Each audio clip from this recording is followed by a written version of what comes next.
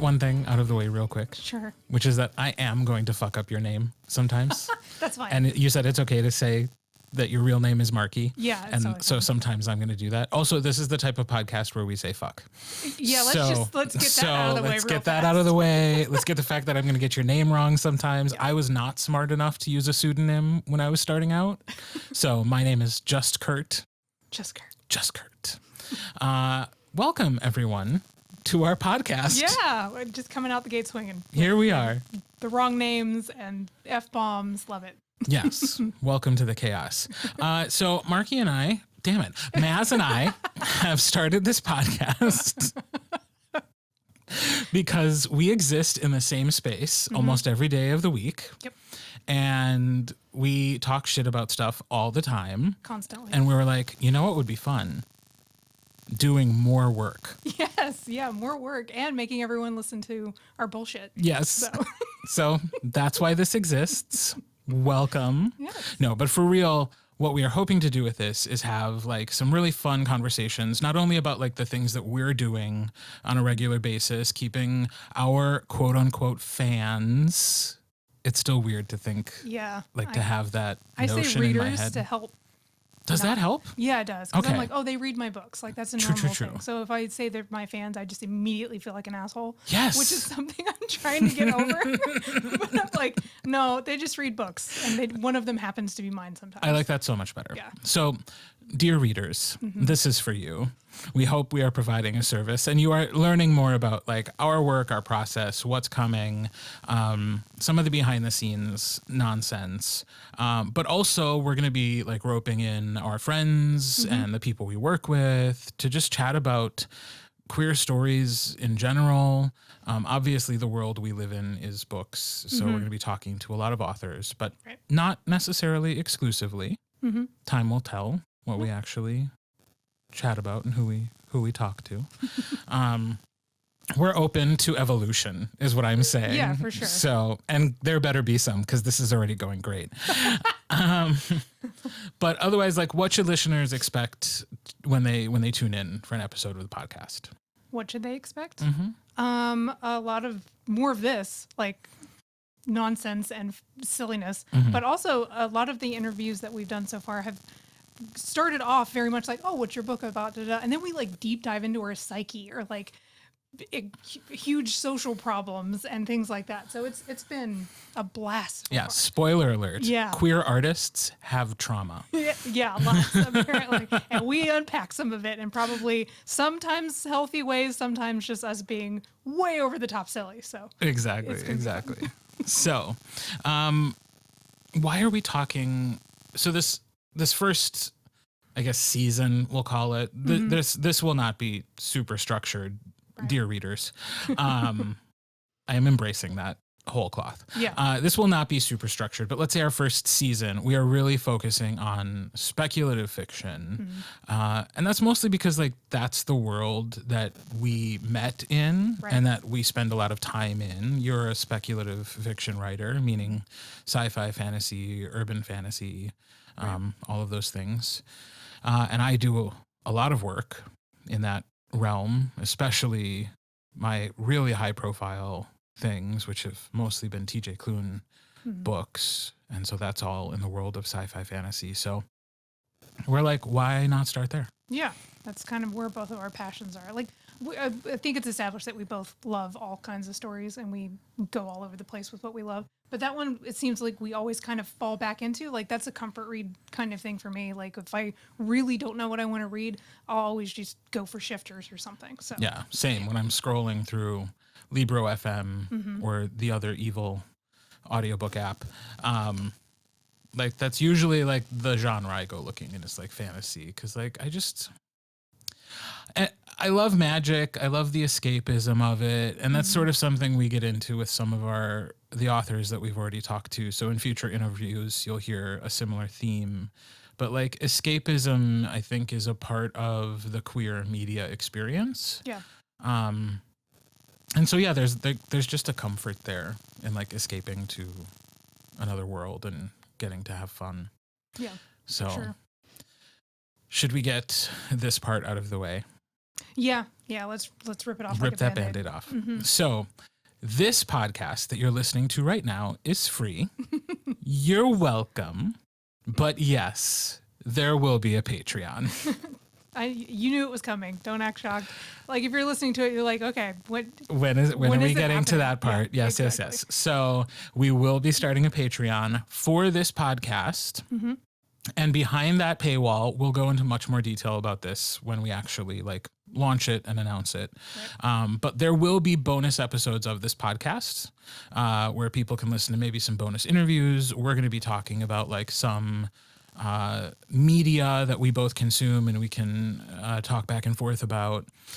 Who knows what crazy shenanigans we'll get into right. on that side of things. But in addition to just things about the podcast, we will also be creating some original, exclusive audio content. Yes, I'm really excited about that because I'm super excited because I get to write some of it.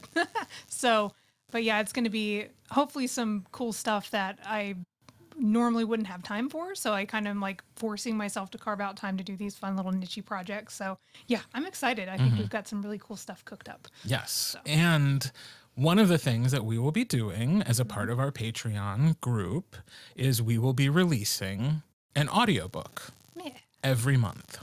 So there will be a tier where you get an audiobook as a part of your membership each month. And the very first one that we will be releasing will be, drumroll please, Gardens and Ghosts, Relic number 5. So the last in my Relic series. We're going to release the audiobook on our store Patreon situation. So I'm so excited about that. Yes. Yeah. So more details on that to come. And we're sussing out working with some other authors so that we can bring their work to audio through this sort of like pseudo publishing arm of the podcast, like audiobook publishing arm of the podcast. And like you said, you'll be creating some original content for the Patreon as well. Yep. So basically, if you've ever seen an audiobook narrator or an author have a Patreon, it's that, but we've teamed up. So it's both. Yes. And I think it's also important to mention right up front that like our philosophy on like when we will start to devote time to creating this content is going to be about volume, not like high priced tiers. Yeah. Yeah. So we're trying to keep it as accessible as possible for everyone, try to keep the price down low. So it's more like a base tier, invite all your friends so we can make more content kind of thing. So yeah, our aim is not to make it to where we've got all these crazy ass tiers and we're promising things that we can't deliver or making it to where it's not as accessible to people. So yeah, that's our base philosophy. And as far as the audiobooks are concerned, even if you don't want to subscribe to the Patreon, we will still have an online store where you can buy that content, but it'll be at full price. Right. You know, it'll be the full production price of creating an audiobook. And our Patreon members will have like a member price, or as we said, there will be an audiobook tier that you can join. And if you pay that monthly fee, you get the audiobook. And so, yes, so much more information to come out about that as we finalize it. If you are somebody who has wanted your audiobook narrated by Kurt Graves, and you always thought that there was too much of a hurdle when it comes to the cost of production, which is certainly something I understand, you are the types of authors and projects that we are looking to promote as a part of this, to give people the experience of having their book produced in a slightly untraditional way. Yeah, we're mixing it up, which I totally dig. Like, kind of adding different options and expanding what's already out there. Yeah. So. It's sort of like crowdfunding audiobook production, but you don't have to do the crowdfunding up front. Yeah, we take care of that. We're going to do it. We're going out on a limb and assuming that there will be a demand for the work that we're creating. And so much more. Like we have a whole list based on like how many members join the Patreon. And again, it will be about how many people want the content, not about how much you're willing to pay for it. Right. So that's all coming. You knew it was coming. We've talked about it now. I feel like us coming out the gate with it though might help. So we're like, we didn't slip it in or sneak in, and we're like, no, we're being upfront. Like we've got big plans. Right. So like as much as we both love creating things for free. Yes. We are also artists who work, and like so part of this journey is creating something that we hope has enough value that it will spur people to join the Patreon, support us in that way monetarily, and it will give us more time to create more stuff. Yeah. So that's our goal. And we are certainly, again, going to be creating content that is never behind a paywall. These episodes, this nonsense, that is for people who say, no, thank you to the Patreon, but I find you interesting enough to at least listen to you when you're free. Yeah, which is awesome and valid, and I love it. So, like, if you can't toss in for the Patreon, okay, cool. Yeah. Just enjoy the content and just keep being awesome. Right. So. Or don't. Maybe this isn't your thing. I don't know why you'd still be listening this many minutes in. They just hate listening. Right. Yeah. Ooh, but I do that sometimes too. There's been whole series on like Netflix that I hate watch, and Alex knows when I'm hate watching something. He'll pass through and be like, are you doing that again? Yeah. I'm like, it's cathartic. Yeah. I hate this. There's a particular YouTube series that every time I watch one, I walk into the next room and I was like, well, Maz. This bitch. I was like, I can't believe this just happened on this YouTube series. Yep. You'll never believe what they're doing. So, I don't know. Maybe we can inspire a hate watch or hate listen podcast. Yeah. It could be this, the Hoof and Fang podcast, and another one tearing it apart. Who's going to start that one? We're waiting. All right. So, oh, Lord. More of what we're going to be talking about each week is like what's going on in our lives and what are we doing. So, maybe because it is our first episode, we should just like introduce ourselves a little bit in our lives. That's not a bad idea. So yeah, if you're coming into this totally cold and you don't know who we are, I'm Maz /Marky. I write right now gay romance specifically. I'm hoping to kind of dabble into sapphic and other queer things later, but right now it's just MM. Big emphasis on paranormal stuff. So I've got like dinosaur shifters, centaur shifters. Got a book with a demon in it. So kind of more of the wild and crazy stuff, but that's what Necromancer. I keep forgetting about poor Dallas. Yeah. Stop it. I know. I'm like actively working on his story. I'm like, I have dinosaurs. Who's this guy? Yeah. But yeah. So. My guy. Yeah. Yes. Yeah. That's me in a nutshell. Yeah. And I basically narrate. Well, I narrate everything that Maz has written that is currently available in audio. Mm-hmm. Just me. Yep, just you. It's me. Exclusive. So, and then I've narrated for a lot of other queer authors and authors who write queer content. It's very much my niche in the audiobook world. Not that it's the only thing I can or want to do, but like I very much live in that niche of like queer storytelling, which has been really cool and empowering for me. For those who don't know me, I got into audiobooks in 2016 when I was selected by TJ Klune to narrate Wolf Song, which was the first book in his what became the Green Creek series. I don't think any of us knew in 2016 what that series was going to become. Mm-hmm. It was a very indie project. I recorded that, in the upstairs closet in my house and like was learning audiobook production as I was recording, and somehow it caught fire and like people are still loving that audiobook. Mm-hmm. TJ Klune has since gone from an indie author to a mainstream author, picked up by Tor and Macmillan. Mm-hmm. And Macmillan has actually, in their imprint, Tor, has bought the Green Creek series and is now re-releasing it in hardcover in like real bookstores. Yeah, it's crazy with like limited editions and painted covers or painted edges rather, and things like that. It's really crazy because I'm picked that up the same time that you got into the narrating part of it. So I've been following TJ and that series for years and just watching it be this like from a tiny crappy press that he used to work with to this like all of his stuff's in Barnes and Noble and you walk in, there's huge displays and things. Yeah. It's crazy. Yeah. So that was my journey. I mean, we skipped like 200 books in the telling of that story. Not quite 200. I will hit 200 books by the end of this year. So, and it's been narrating audiobooks has been my full-time job for about 5 years now because I'm very fortunate to have a loving, wonderful husband who brought me to Green Bay, Wisconsin, which is where we both live now. Yep. And in doing so, allowed me to pursue audiobook production as a career rather than just a side hustle.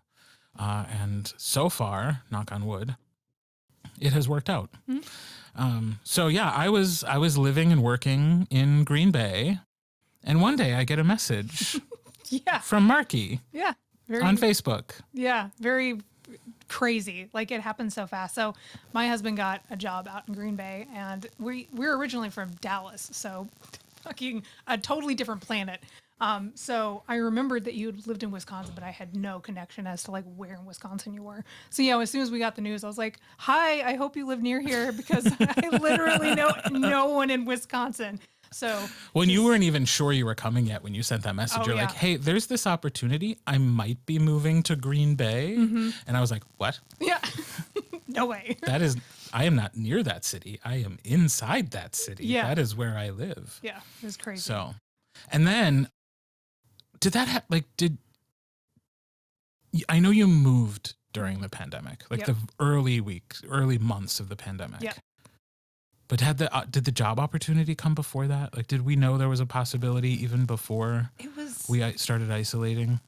Yeah, because I think it was like way early 2020. It was like January, I think, is when he finally got the like official like, hey, we're doing this. Because at that point, I think our lease was up in May, because I think that's when we came, and we were like freaking out, scrambling. I was like, oh my god, we got to pack this whole house and like figure out how to move all of this stuff like to like Green Bay, which is like 1,000 miles away. So yeah, it was crazy. So when we actually got on the road was when all of it had kicked off. Like, you know, my office, because I still have a full-time job. So my office had shut down. So they were like, well, we'll let you work remote for a little while. Spoiler alert, I still do. Yeah. It's fine.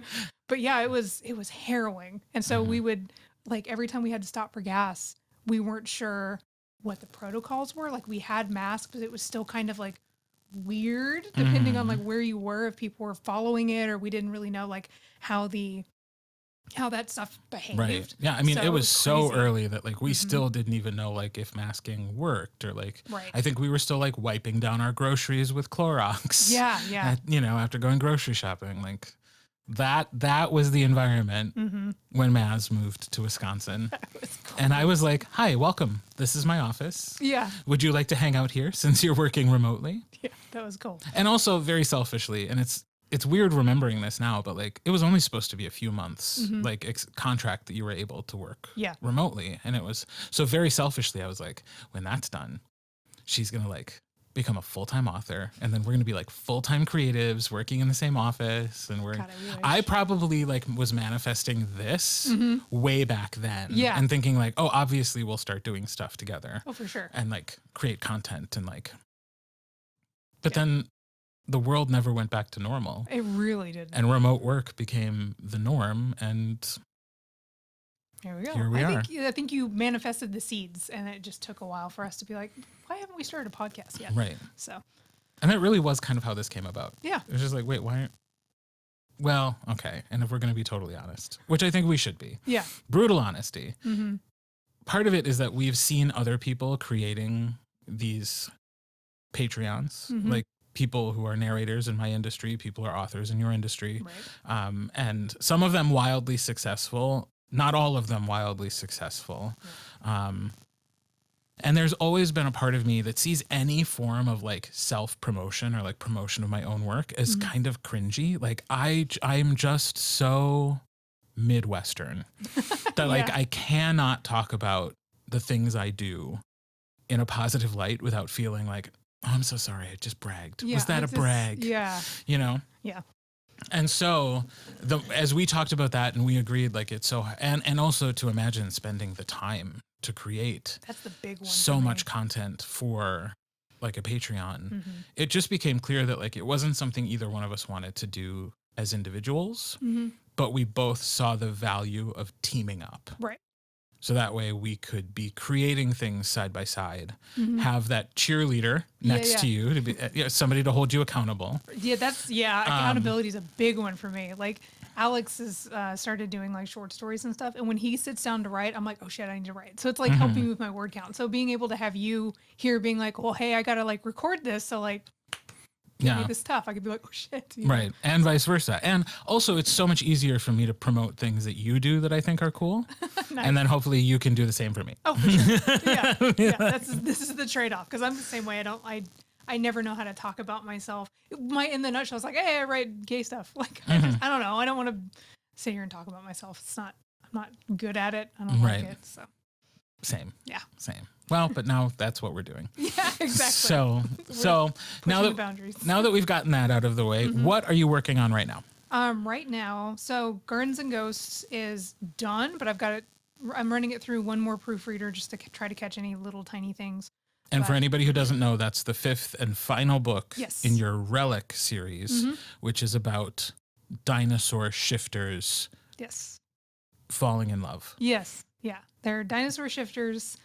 When they're not being cool, badass dinosaurs, they repatriate stolen fossils back to their home country. So they go into the black markets and steal them back and give them to museums and universities and wherever they're supposed to be going. So the final book in that series comes out in September 22nd. So it's done. It's just getting one more coat of polish to make sure that there's no goofiness. But other than that, I'm working on a short story for a dinosaur romance anthology that comes out the beginning of 2024. And I'm working on the draft for Wild Contracts #2. Yay. Yeah. So that's what So Wild Contracts is Maz's series about Dallas, who's a necromancer, private investigator. Yeah. Of like demons in the occult. Yeah. So he's a necromancer by passion, but by trade he's an assassin and also a fish trainer. He trains fish. Yeah. So he's very cool. I got to narrate the first audiobook, and I am obsessed. This is the series that I'm like, Marky Maz.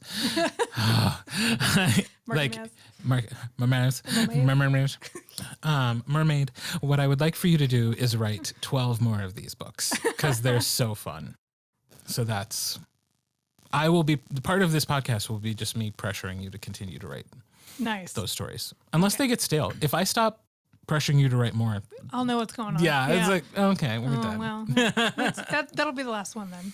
Yeah, I don't care for closure. Like I don't like the series I've finished.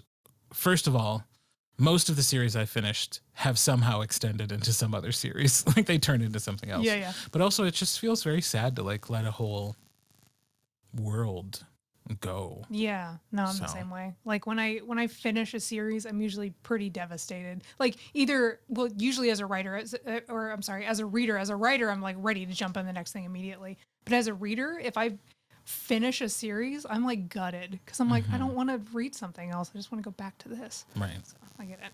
Yeah. So what are you working on, Kirt? Thank you for asking. Yeah. Right now I'm recording a book for Tantor. It is, I think, the final book in the Sure Thing series by Jacqueline Quinn. It's the second series I think now I've completed for her after this 5th and final book is done. Contemporary male romance, best friends by an inn and a restaurant and like a touring company, and surprise, surprise, all 5 of them find love over the course of the series. revolutionary. Oh my God, groundbreaking. Yes. So I'm working on that right now. I've recently finished the fourth book in Tavia Lark's Perilous Courts. Nice. We talked to Tavia. We've already done her interview, so that's something you have to look forward to. We'll be talking about that series in more detail. And then right before that, and should be coming out very, very soon, if it isn't already by the time this hits, because ACX is wild, I finished O.E. Tierman's seventh book in the Aces High Jokers Wild. That's the name. I remembered Aces, and I couldn't remember that. Aces High Jokers Wild is the name of the series. We also talked to the author duo that is O.E. Tierman, so that interview is coming your way as well, so you'll find out more about that. But yeah, a lot of the things that like people we've already talked to for the podcast, like all their stuff sort of coalesced around the time that we're now actually launching it. So I know, that's good. That's good. For sure. Yeah. Timing is good on that. Right. But yeah, both Tavia's and O.E. Tierman's series. Like Tavia's, I haven't listened to myself, but after talking with her, I was like, oh my God. So I'm like, that is bumped dramatically up on my to be read list. And then the O.E. Tierman stuff, I already adore. Like that's such a fun series. Yeah. So. And actually, the other thing I finished that I forgot about. See, and this will be a theme, dear readers. I often very quickly forget about the books I just narrated because I have to launch immediately into the next one. And so like 2 books ago is like, what had happened? I don't know. So I will, as now part of this podcast, I will have a record of like the work that I've done and when I was doing it and how I felt about it as it was happening. That's kind of cool. Which, like most of the last few years, like I would look at a cover. You could show me a cover of a book I narrated and I would be like, that's pretty. You. Yeah. Who did that? 'Twas me? Oh. Wonder what it's about. Yeah. I have no memory. But I also recently finished Kiki Clark's second book in her contemporary romance series. Okay. And we'll be hearing more from Kiki in just a little bit. Yes. But before we shoot to her interview, you recently, just this weekend, had an experience as with your author hat on. You went to Meet Me in Milwaukee. Yes. So how was that? It was fun. It's a much smaller little romance convention. Apparently next year they're going to be doubling in size, so it's not going to be like super, super small anymore. But the past 2 years has been nice and intimate and amazing, actually. Like I tend to do really well sales wise at this, which is always surprising. It's like these tiny ones. I'm like, oh, I'll sell it because it's a mixed bag. It's mostly MF romance authors there. So there is some crossover, but not like a huge amount of crossover. So I didn't bring a ton of stock the first year that I went. And I was like, oh, I'll make connections. I'll have fun, whatever. And I ended up doing pretty good. And then this year was the same. Like the authors that they invite are super cool. The readers are delightful because they're kind of like dedicated to the genre and they're like, there's not like a ton of foot traffic. So there's plenty of time for people to like stop and talk to me. So they're not being pushed away from people trying to meander too much. One of the best experiences, and I'm always delighted when somebody takes me by surprise, but this, the first year I went, it was this gentleman walked up to the table. And so he was like, oh, what do you write? And so I gave him my whole elevator pitch. And the elevator spit. The classic elevator spit. And he took it well. No, he was like, oh, okay. And he was like, well, my wife really likes these. And I was like, great. And he ended up picking up like 3 or 4 books. He read them and is now in my reader group. Amazing. I was like, this is amazing, right? Like the total dark horse. I wasn't expecting it, but he was like, yeah, they're really good. I read them all and is now in my reader group. I don't know if his wife is, but he definitely is. She didn't care for them. Yeah, but James is great and he hangs out in the reader group. But this year there was it's always the little old ladies who was like, it could go either way. And this woman walked up and she was like asking me about my book. And when I say like centaur shifters or dinosaur shifters, you either get the like, okay, thank you. And that's before you get to up the butt. Yeah, exactly. They're like, oh, and they just wander. Or they take a card to be polite and then they walk away. But like her whole face lit up and she was like, really? And I was like, yeah, and it's gay romance, da da da. And she's like, okay. And she like picks up all of them. She ends up getting like Ethan and Jag that had demons in it. I was like, well, this has demons. She's like, great.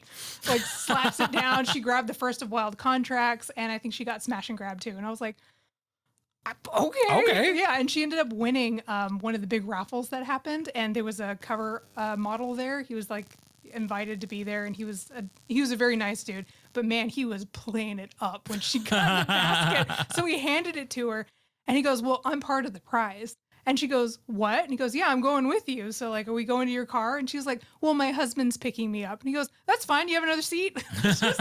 And she just was just being a delight about it. It was great. So it was really fun. So I'm hoping to go back again next year. That sounds like an awesome thing. Yeah, it was a good time. Yeah.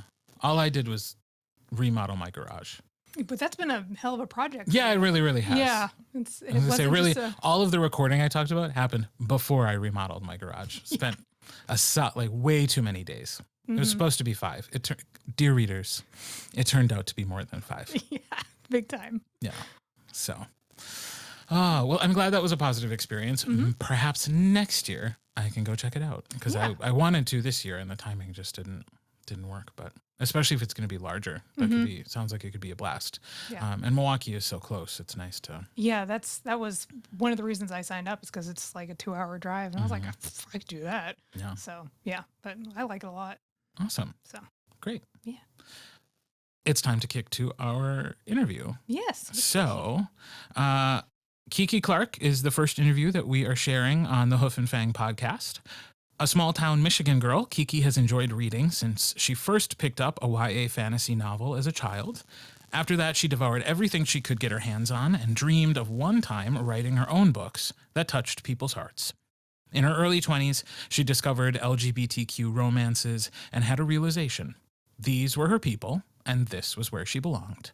Nearly 10 years later, she proudly joined the ranks of authors releasing character-driven, emotionally satisfying books showcasing that everyone deserves to find love. Welcome to the podcast, Kiki Clark. Kiki Clark, we're so excited to be talking with you. Hello, it's so nice to be here. So I have had the pleasure of working on your books. A few of them, yes. Yeah. But you and I actually haven't had the chance to really talk one-on-one that much. So I'm excited just to learn more about you. Can you start just by telling us about your author journey, how you came to be a writer? Sure.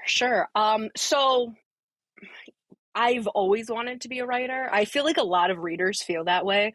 You grow up reading and you're like, yes, this is what I want to do. But then real life stuff is but can you? So, I did the whole college thing, and that took me a little while because I kept changing what I wanted to do. But after I graduated, I did a couple of different jobs, and I was like, none of this is really working for me. And I ended up getting into the editing side of self-publishing and working with some authors that way. And I was like, you know what? If they can do it, so can I. So in 2019, I finally was like, okay, let's buckle down and do something. And it took most of 2019 to write that first Kincaid Pack book. I finished it Thanksgiving Day that year, and then published it in January of 2020, not knowing that the world was about to end. Right. It was a fantastic time to start my journey of self-employment. Yeah, none of us got the memo on that. Yeah. No. And actually, I feel like it wasn't that bad, because a lot of people were at home and were like, what should I do with my time? And I'm like, hey, read this book. You might enjoy it. And so it the hardest part, at least for me, and I feel like other authors and I have talked about it, was not getting sucked into, oh God, the doom and gloom part of it, and actually be able to create uplifting stories so that other people could have that escapism. So that's how it started. And now 3 years later, here's where we are. I did not know, or maybe I knew at one point and had forgotten. I did not know that Kincaid Pack 1 was your very first book. Yes. Yeah. It was so funny because, I got you to record that like through Tantor because like I had gotten, I don't know, I like signed with this company to like do the audio rights for it, and I was like, sure, like I can't afford to publish audio right now, might as well. And so like they were the go-between between me and Tantor. And I was like, wait, there was another level between you and Tantor? yeah, like I never spoke directly to them. Like I had like an agent or whatever like negotiating for me. Which was its whole other thing. But so like one of the things that I was like, well, I want to like choose the narrative. Like I want somebody to like audition. Like but I didn't listen to a lot of audiobooks. So I was like, I don't know like who's popular, what's good. And like the first person that they sent me was Kirt. And I was like, oh, I know him because he does TJ's books. I actually knew who you were, and I was like, okay, cool. Of course. Can you like read this like couple of pages? And like you did, killed it, of course. And I'm like, sold. I don't know anything if it's like good or not, but I'm assuming it is because I like it. So, meanwhile, on Tantor's side, they just entered gay werewolf, and my name popped up.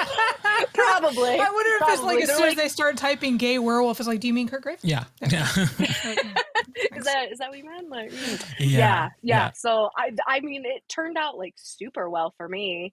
And then when I did my first contemporary, I remember I messaged you. I'm like, am I allowed to like hire you myself? You're like, yes. I'm like, please. Cool. Yes, please. I'm like, you're the only narrator I know. I'm like, I don't know what I'm doing. Like, that was still year one Kiki who didn't know what was happening. That was also at a time when like audio was first catching on in a real, obviously there were people who were fans before that, but like right around the beginning of the pandemic was when people latched onto audio in a way they never had before. And it suddenly became important for consumers to have that option.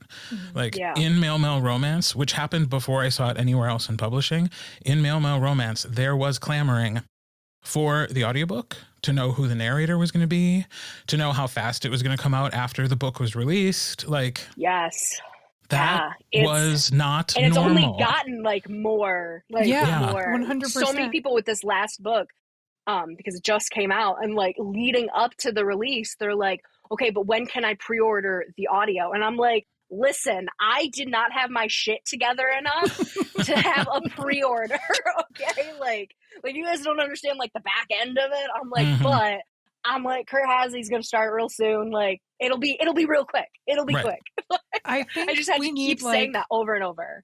Yeah, we need like a button that just says, I don't have my shit together, it's coming soon. Like that's just author mantra. Like it's like I'm trying my best. Because there's like certain people, Haley, who always have like pre-orders, and like because she does like one book a year, and so she has like all of her ducks in a row like immediately, and always has like this 6-month pre-order on like everything. And I'm like, dude, but she's like, she's like a super adult. Like she's like a lawyer or something in her real life. So she's like, her whole life is like, I feel like she's got her shit together. She's probably like, if she ever hears it, she's probably gonna be like, LOL, no. But I'm like, to me, she seems like she's really got her shit together. So it doesn't surprise me that she has pre-orders out.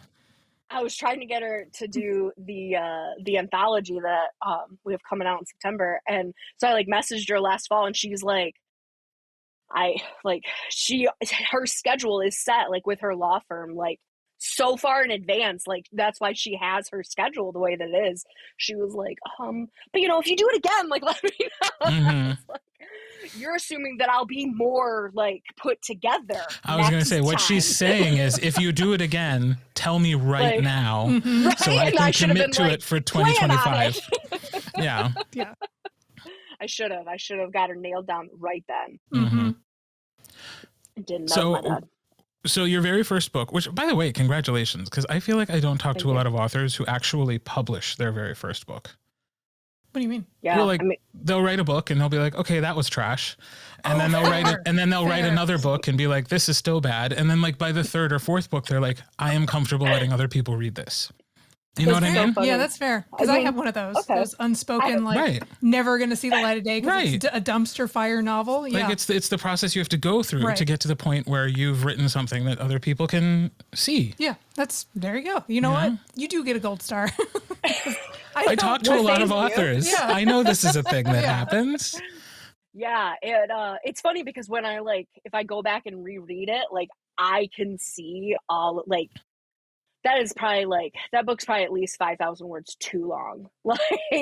But at the time, you don't know what you don't know, and so I'm I'm okay with this. Yeah. I think this is pretty good. And so, you put it out in the world, and it happened to hit just right. Because at the time, there was very little shifter books that didn't have the MPreg element.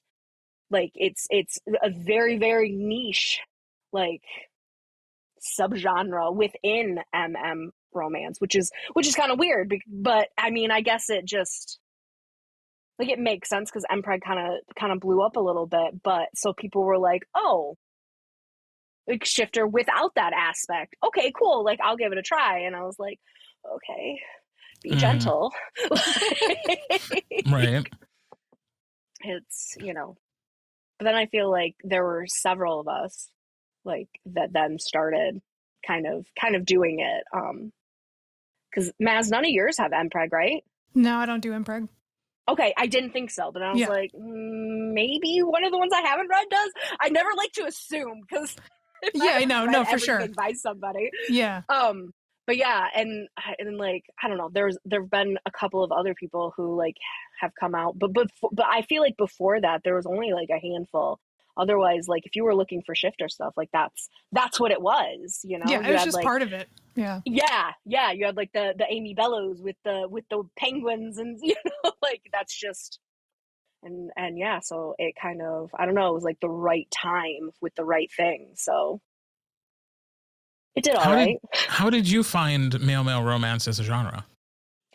I don't even, I've been reading it so long, I don't even remember what the first book was that I read. I remember going from MF to MMF. There were certain series that I was reading that included it and actually had the sword crossing. I hate that term, but I love it at the same time. And once there were two dicks, you never looked back. And I'm like, okay. So, and I don't know. I remember there was not a lot of choices at that point because that would have been I don't know, 2012, something like that. And so it was the few books being put out by Dream Spinner, or should I say the publisher who shall not be named. Right. And that was it. There weren't really at that point, I feel self-publishing was really just kind of getting going. And at that point, nobody knew what the F they were doing. So covers were trash. Nobody was getting editing done. So you're picking it up and you're basically reading fan fiction. You're not expecting much from it. And it's the progress that we made even in 10 years is crazy awesome. Now we spend $1,000 on a cover and we're look at the pretty cover. Mm-hmm. Yeah, I definitely feel the genre is going through a golden age. This is when you're starting to see we see romance now in Barnes and Noble. People we know have books there and stuff, which is I never never saw that for years. So yeah, it's a good age for romance in my opinion. Yeah, definitely. And with several YA books getting super popular, I feel it's led people to being oh, this is a thing. Ooh, I can get it with adults and spice. Okay, right? And so they or you have authors who are predominantly MF, Serena and Lauren and stuff, who then also throw it in, and people are oh, okay, I dig it, and then start looking for more. So it's definitely it's exploded. Even I remember when I first started publishing in 2020 and people were oh, there's so many new authors all the time, little baby authors who don't know what they're doing, people who have been doing it for 3 to 5 years and are the grandparents of self-publishing. How quickly we go from being those newbies, and like 2 years in, we're like, ha, ha, ha, I know everything. Like it's right, exactly, yeah. And Yeah. it's like I feel like every single month there is even more and more and more and more. Like Yeah. it's crazy. Like there are so many authors who now I'm like, I don't know who that is. I used to know at least by sight. I feel like 90% of the authors, even if I hadn't read something by them, because we're such a tight-knit online social media community, Right. like you at least recognize the names, like because they're getting recommended, the covers are going around, whatever. And now I'm like, I don't know who. Are you new? Oh no, you have like 10 books out. I just don't know who you are. Like, yeah, I think it's that was crazy. like last year at GRL. There were so many names where I was like, wow, I don't know like 75% of these people, and I don't know if I'm just out of the loop or if they're hiding in like a different spot of the internet that I haven't found. It's Yeah. crazy. It is. It is. It's all penguins and preg. That's what Probably. it is. Yeah. A large portion at least. Yeah, I don't know. It's GRL is so funny to me because it's like the only convention where it's like it's first come first serve. So anyone, like newbie authors, older authors, like anybody can get in, like unlike other conventions where it's you apply and then they pick who they want to be there. So you get such a wide array of people, and it's not just the same old. So yeah, it was. Well, and for any listeners who don't know what GRL is, it's the Gay Romance Literature Convention meeting. Yeah, we should probably say that. Gay Romance Literature Retreat. Retreat, yes. Retreat, yes. So, which we call GRL. So, which for many years was like the only place you could go to get to talk to people who are writing boy love, male romance, queer love, whatever the term you prefer is. But now it's like you were saying, it's surprisingly popular, and there are other places you can go. Not Allure Audiobook Con in Chicago, nope. I found out. Big time nope there. Oh, really? Yeah. Yeah, we went to a con last September, and it was a romance convention, and it was really supposed to bring together both the writers and the audiobook narrators, and that was supposed to be this whole cool thing. And so, and it's like Chicago's so close to us that it was like, yes, score, a relatively inexpensive con. Right. No, nobody knew who I was. Not a single person. Like, it was very much everybody knew each other except for the people who did not know anyone. And it was like us, and A.M. Johnson was there. So I got to meet her, which is cool. And I get to still talk to her and stuff. But like, that was it. It was just us. We were like, okay, cool. And you can tell everybody knew each other. It was very, I don't want to say cliquey because that makes them sound like they were rude or something, but like just everybody knew. They're just clearly a part of the same community. Exactly. Like we are at GRL. Right. When you walk away feeling like, oh my God, am I a thing? Am I a thing? The first time somebody ran up to me and was like, "You're Kiki Clark," I was like, I am. Am I? Let me get some information. Turn your badge over. Yeah, let me get some information about you before we talk about this openly. Right.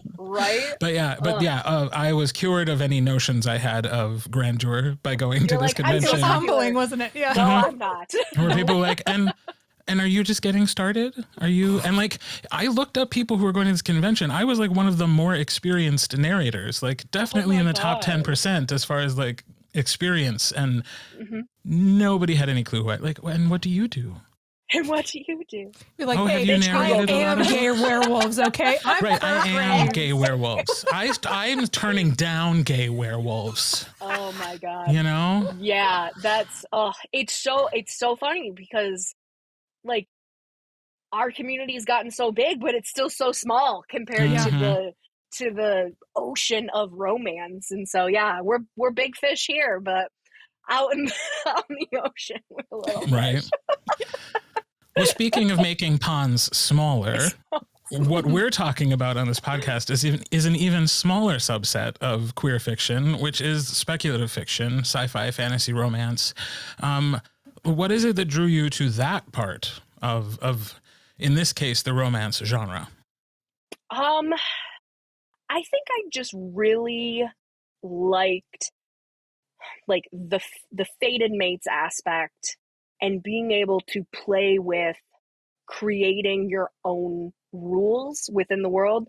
Like my books are set like in the real world, but there's like just enough difference because of the magic, because of the shifters, whatever, that it feels different. And I don't know, like it's good and it's bad being able to create your own rules, because then you have to remember all the rules you created. So that's a whole thing. But I do really enjoy that, and being able to create a problem and then coming up with a solution to it that you can do, because you can create spells, or you can do whatever you want. It's like your imagination is the limit to it. And like contemporary is nice, but like you're very limited in what like your characters can do and everything else. So with that aspect of it, I don't know, you get to like really stretch those creative chops into, okay, I created this mess, how do I fix it now? And maybe causes stress sometimes, but it is also very fun. You know, and I hadn't thought about it until right now, but like something Maz and I have talked a lot about is that like and I don't mean to denigrate anybody out there who loves this, but like I sometimes get frustrated with the romance novels where the only obstacles are internal.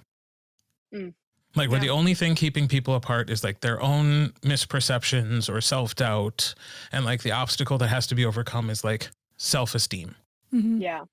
That I struggle with that as a narrator, because it doesn't capture my attention in the same way an external obstacle does. Right. Like I'm fine with people going through all the internal stuff as long as something else is happening in the book and they're also trying to like kill a wizard or I don't know, you know, right, survive an attack from Mpreg penguins, something like literally any, you know, it just, that's the way my brain works. And now sitting here talking to you, it's like, oh, maybe that is why like this world of paranormal fiction appeals as much as it does, because there is always like nobody builds a world in which and magic and wolves and shifters and then is like, well, it'll just be that like he's not sure his fur is good enough, you know. Yeah, I'm very tempted to write that story now, though. Like, make this. I won't narrate it. I won't narrate it. Crazy, like, crazy world with like all these different shifters, and it's really about like one werewolf with bad self-esteem because he's kind of patchy or something. He had mange as a child, and his fur just never grew back in. He's just a little off. He just feels unattractive, and like that's the whole plot of the story. Yeah, not the fact that he's a werewolf, right? I was gonna say, to a degree, Travis Baldry wrote that book. Kind of, yeah, because Legends and Lattes like that. Like, you don't get to learn about the cool orc lady's past. It's about her just opening a coffee shop. And for some reason, that was super exciting. I loved that entire damn book. So I guess it can be done. Listen, I might be wrong about this. Yeah. Well, I don't know. It is a fantasy world, though. Yeah. Yeah. It was a cozy fantasy. Yeah, that's the exception, not the rule. Yeah, I think so. It definitely like if you're doing fantasy, paranormal, you know, whatever, like if you're going through the effort, like you're creating some sort of external conflict. And true. And you know what? Even in that book, the real conflict is trying to open the because she did run into obstacles that those people showed up like trying to do a shakedown and stuff, and she was trying to figure out the menu and being awkward cute around that tiefling girl. Like there's some other shit happening. No, I take it back. I still have not experienced a book in which there is a whole made up fantasy world and the issues are all internal. I mean, that's fair. Stands.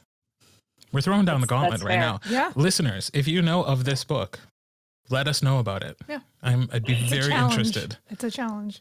Very interested. That's funny. Yeah.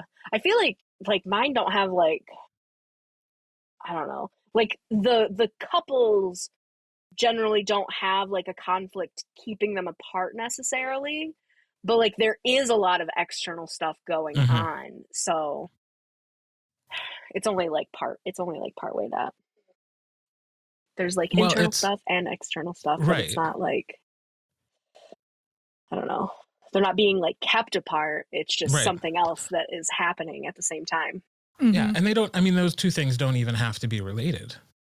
Like, you know, like the romance can be advancing at the same time, like a totally separate plot is unfolding. And as long as something else is going on, to me, it's really critical for me as a reader and as a narrator to like have that second plot to connect to, whether it has anything to do with the romance narrative at all. Yeah. And that's okay. Yeah. And that's fair. Yeah. I don't know if I've ever, I don't think I've ever read anything that didn't have that. Contemporary, yes. And I've probably written it. My contemporaries are very light on plot, very fluffy, very steamy. But like the paranormal is like you have so much more going on. So and I don't think I've ever read one that didn't at least have like either like a family dynamic or a pack dynamic or something that is causing issues outside of that romance arc. Right. So well, and even in contemporary romance though, like, all right, we are going to test my memory here, and this could be very embarrassing because it is really hard to remember how many. I'm gonna have to edit this part out. The plot. It's really hard to remember plots of books when you're at like number 200. Constantly. Oh yeah. Yeah. So I think in the book I narrated for you that isn't the Kincaid pack, Laying Pipe. Yes. Laying Pipe. Yes. I got the title. That's. I believe it was like a May-December thing. Yes. Yes. And the real conflict was that the older guy was friends with the kid's dad. Yes. Not actually a kid. He was in his 20s. Sure. Just putting that out there for everybody else. Yeah, she's like, listen, it's disclaimer. He's 20 years old. At 38 now, 20, you're a kid. Yeah, for sure. You're legally able to bang in a book, but other than that, you are a child to me. He was like 26, I feel like. But yes, sure. We'll go with that. Yeah. So even then, like in those books, like there is still that external factor that's holding them apart. You know? So not a lot.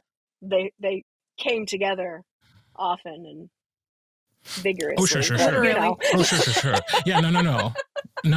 If I remember correctly, they come together quite often. Much pipe hath been laid in this book. But they can't be publicly together, and we can't have our happily ever after until they get past that teensy little detail of the dad probably being mad that your friend is boning your son. Yeah. Yes. Like, that little tiny issue. Itsy bitsy. Yeah. All right. That's fair. So. All right. So I'm a badass and I always have external conflict. So. Well, listen, I'm just going to say that like I encourage it where appropriate. I encourage it. Especially if you want me to narrate it. I just get bored with it. Sure. You know, like I just don't think you can sustain a whole novel with just that. And yet people have tried. People have tried. Yeah. And I get it. Like, and some people can do like the internal angst, especially if you have like this really tragic backstory or whatever, like they can do it really well. But at a certain point, you're just like, okay, go to therapy. Right. Do that before trying to get in a relationship. And this book will go a lot faster. Wouldn't that be great? Somebody write that book, a short novel. Maybe it's just a few chapters long. And it's like, I'm broken inside. I don't know how I can move on. And somebody's like, oh, you should go see a therapist. And they're like, okay. And then it's just 6 months later. Hi. 6 months later. I'm feeling much better now. I've really sorted through some of my trauma and I'd like to take you on a date. And the guy's like, cool. And the other guy's like, amazing. Whole book. The end. Done and done. Whole book. Would you narrate that one? Well, if it's well done. I'm going to need to read it first. Okay. I'm being pickier these days. It's fair. When you're on 200-something books. Yeah, you're still a big fish in my pond. Wait, that sounded bad. You know what I'm saying. Phrasing. That's going on a t-shirt. You have to keep that. Wait a minute. Absolutely. I'm going to need pics when you are wearing it. Right. That's fantastic. Did you take a note about the merch? Take a note. Okay, gotta take a note. She's got her tablet out. I'm like, you take notes about merch. was it big fish? And You're still a big fish in my pond. In my pond, yes. Wait a minute. my pond. Wait a minute. Okay. Oh, I expect 10%. You know, that's shrewd. Shrewd business lady right there. I try. Mm-hmm. Oh. You ask questions now. Okay, I was good. I have been totally steamrolling this whole conversation. You're good. I actually had a note since you write humor and romance. I was going to talk to you about that. Basically, I wanted to pick your brain about why you think humor and romance is important. Or what if do she, you? What if she was like, it's not. No, I checked. She, like, her tagline has humor. Otherwise, I was going to be like, well, I'm an asshole. Yes. No, it does. And it's funny because, like, I think I'm funny. And, like, I know there are generally, like, certain lines in each book that, like, people are like, oh, yeah, that's funny. But I'm not, like, Alice Winter's funny. But I think when you're writing, especially if something is real heavy, not that I try not to write like too heavy of stuff, but I don't think Kincaid Pack is that heavy, but like I have been told that this last book, several people are like, I cried several times, and I'm like, big babies. Yeah, right? I don't know, like it's hard for me to judge it from my end because like I'm living it. Your very first book was about orphans. Technically, their dad didn't die until the very end. Spoiler alert. Sure. You know what? That's better. They were just abandoned children. Yes, their mom died and they were abused by their dad and stepmom. But you know how she likes to keep it light. Yeah, it's super light. It's super funny. Hands were chopped off, and you know, like. I really came in with a bang. And I'm like, but really, it's not that dark. I compare myself to like Almond James, and I'm like barely darker than Snow White. like you know, on the scale, like Emily's way over here, and I'm like way over here. But I won't argue that it can get much darker. That's true. I don't know. The last two books, like the last book and then this one, the last one especially, there was a scene that as I was writing it, this isn't answering your question, I will get back to it in a second. You're good. But there was a scene as I was writing it where I had dictated the chapter, and then when I was going through it, I'm like, this doesn't hit hard enough. I want people to be crying into their Kindles. And so I erased it, rewrote the entire chapter, and I think it hit. I think it hit well. And then with this one, there wasn't like a specific scene. It was more because of the way the last book left off on the cliffhanger. That doesn't immediately get resolved. Like there is a lot of will he or won't he for 50% of the book. No. And it's not will he or won't he fall in love. No. It's not that. Oh, okay. I'm glad you clarified because I was like, oh, that sounds... Yeah, no. Oh, okay. I don't want to spoil it for anybody who's listening who hasn't read the series, but it is quite the cliffhanger, but it does get resolved in the last book. We all had to earn it. We had to earn it hard. But as for humor, I feel like, especially when you're writing books with a little bit more weight to them, a little bit more angst, it's good to have those moments of levity. And like I said, a lot of times, like the snark comments I feel like it's just like me coming through. And I'm like, does that actually fit the character? I'm going to leave it anyway. Like the scene needs it. It needs a little bit of humor. So I'm going to leave that line, even if it doesn't 100% fit. But that's usually me being too nitpicky. So I don't think Right. anybody's ever been like, oh, that line didn't fit that character. You need to change it immediately. I don't think I've ever gotten that email, so I think we're good. Well, I mean, the whole book has to have your voice in it, right? That's true. Like, people aren't under the impression that like many different people wrote the book. So, and like I get reminded of that sometimes too by like my coaches who are like, if you try to get too hung up on like voice differentiation or like creating really unique characters by the time you're at book 6 in a series, and it's like, how do I have any more fucking voices? And like sometimes I just need the reminder that like people are not under the impression that this is a full cast recording. Right? Like they know you're It's just not a one room of 20 person. people. Right. Yeah. They know you're a person reading them a book. So like Yes. give yourself some grace and take some pressure off. Cause like, oh my God, yeah. And Makes sense. what you do is amazing because I get compliments all the time on the audiobooks for the Kincaid Pack. Like all the time. People are like, As do Kirt I. does such a good job. Like I'm like, he's amazing. Like I don't have anything to do with that, but like, oh, he does such a good job with the different characters and different voices, and I'm like, he's good. yeah. You're like, let him know that. Yes, that wasn't me. No, they do. They do. I mean, people I pay are him, very but that's the complimentary. gist of it. People are very complimentary about, I think, the series in general. Like it's I think quite popular based on the number of mentions I see of it as things come out, especially. Yeah. Yeah. It's definitely my most popular series thus far. So that made finishing it extra scary.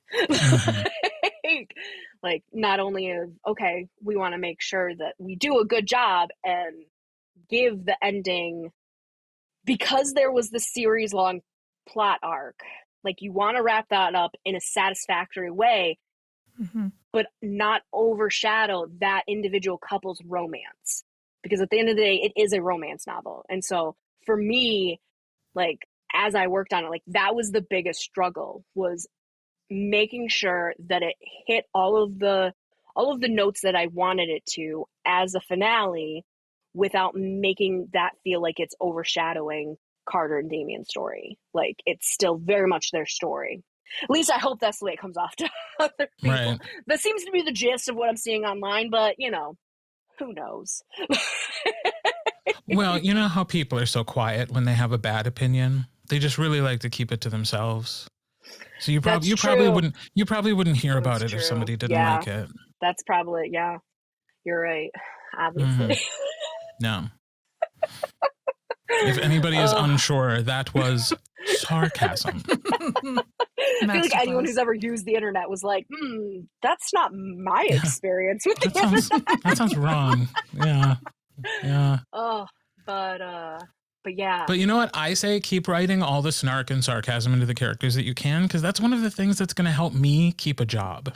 Because AI will never be able to narrate snark and sarcasm. That's 100% true. I mean, I don't know, maybe in 20 years they can, but I don't know that they can hit it, like that it'll ever be able to hit the exact right like emphasis that you need to really get that across with a character. Like, I don't know. I know people are like, oh, it's going to be so much cheaper. And I'm like, yeah, but you get what you pay for at that point. Yeah. And I mean, especially with those elements, like you need to have lived a lifetime of bullshit to be able to deliver some of these lines that I get in books fairly regularly. And every time I come across one of those passages, I'm like, thank goodness, because this is what will save us. Yeah. You know, like happy, sad, angry, those are all easy. Snarky, saying something that somebody might think is nice, but you know it's not. You know, like those sorts of things. It's like subtext. Yes. Very helpful. Subtext. So authors everywhere, keep writing your snarky, sarcastic, snark facetious side characters, because we need them. Will do. Yes. Yes. Maz, I don't know if I actually answered your question satisfactorily to your satisfaction.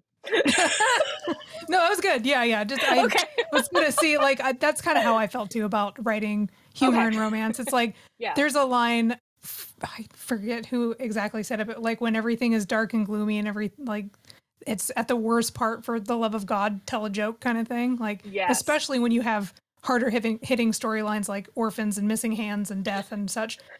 Cracking a joke. You make it sound so dark. Hey, I'm just picking up the vibes that are being laid out there, okay? She's not making it sound anything. I just said back what just got put on the table.